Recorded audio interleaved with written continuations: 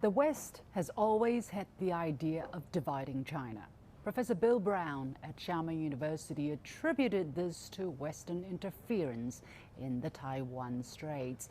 The American professor has resided in China for 37 years, 35 on the mainland in Xiamen and 2 years in Taiwan.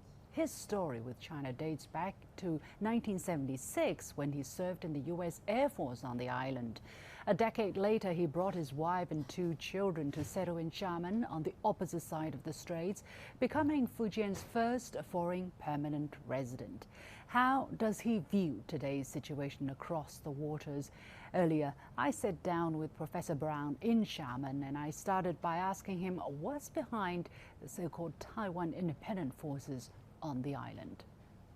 I think my understanding is that the people in power, if they became part of mainland again, or even do the one party, two systems things, but still they will lose some measure of power. And right now they're in complete control and they don't want to give up their political power. So it's just like in the West, political parties everywhere in the world. And you look in the United States, the Republicans and Democrats, it doesn't matter what the other side decides to do. They argue about it and they fight it because they want to keep the power. In Taiwan, they want to keep the power, the control over Taiwan, just like some other countries' leaders want to keep the control.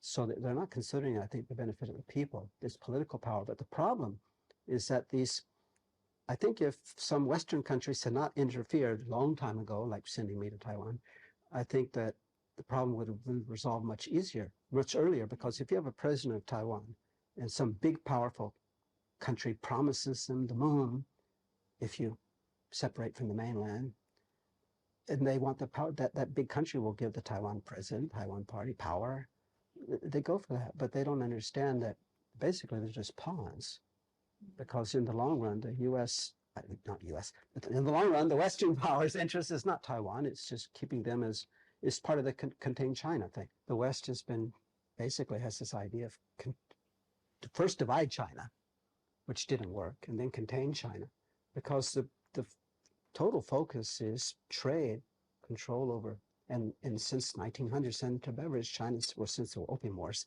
they see China as this giant market.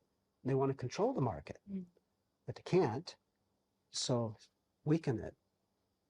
So And I remember when when Hong Kong returned to the mainland in '97, I wrote several articles, a couple of years even before. I said, the West will try to stop that, because the policy is to separate Taiwan, separate the mainland. And I said, and to strengthen that, they'll try to separate Hong Kong, try to separate Taiwan.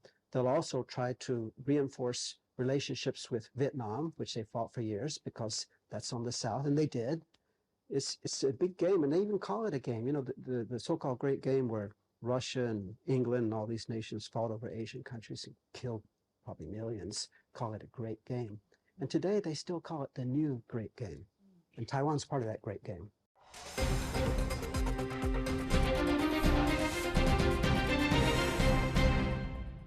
Starting this year, high school students from Taiwan are able to apply for universities and colleges on the mainland using the results of their local university entrance examinations. Professor Bill Brown has seen many young people from Taiwan coming to the mainland and choosing to stay. Their expectations on the mainland differ from their initial expectations. Why does Professor Brown believe that more young people from Taiwan should visit the mainland? Why does he say that there is a prevalent fear of the mainland on Taiwan? Well, it's funny to say Taiwanese culture, not part of Chinese culture, because when Chiang Kai-shek went there, he outlawed everything except Chinese. He wouldn't allow them to speak Taiwanese, wouldn't allow them to speak Japanese, all this. The thing is, I understand why they're doing this, because I don't think there's a country on earth that doesn't try to influence their education and their media to portray themselves the way they want to. I mean, bottom line, who's behind the media? People with the power in the government. So I understand this, but the thing is, when I was in Taiwan, I found the young people afraid of the mainland because of the media, but they were proud of being Chinese. And a lot of them showed a lot of curiosity in the 70s. And in a short time, I was there 7 years ago. They wanted to know about the mainland. And they're curious about it because this is their heritage, this is our history. And it's hard for them to believe a nation with 5,000 years of history, or maybe 5,035, because it was 1988, I was told 5,000. So now 5,035 years of history and such a rich background. And Taiwan is the key to all of it. So, I've met many young Taiwanese here in Fujian, especially Pingtan Island. Many young Taiwanese couples and singles have gone to Pingtan Island to do business there, open bed and breakfasts, open companies, do business. They went to visit. And when they got there, they found out they had relatives in Fujian. Wow, they didn't know they had relatives in Fujian. They found some of them told me they had more relatives in Fujian than they had in Taiwan. And they loved the people here. They loved they ended up staying here. Some got married to mainlanders. And they're so excited. These young people, Taiwanese people, are so excited about the mainland, and it's so different from what they expected. And some of them got their mother and fathers to come see for themselves. They were afraid to come, but they did.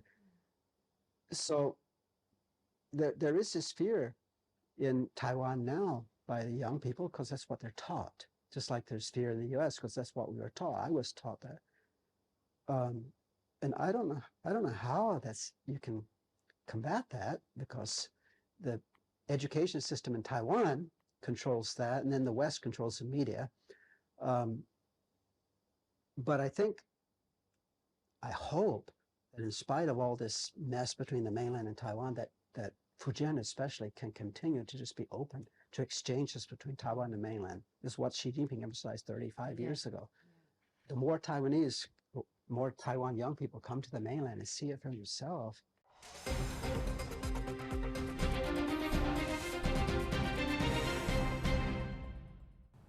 With that, we come to the end of this special edition of The Point with me, Liu Xin. As always, you can follow me on Facebook and Twitter using the handle Liu Xin in Beijing. On behalf of the whole team, thank you for watching. You've got The Point.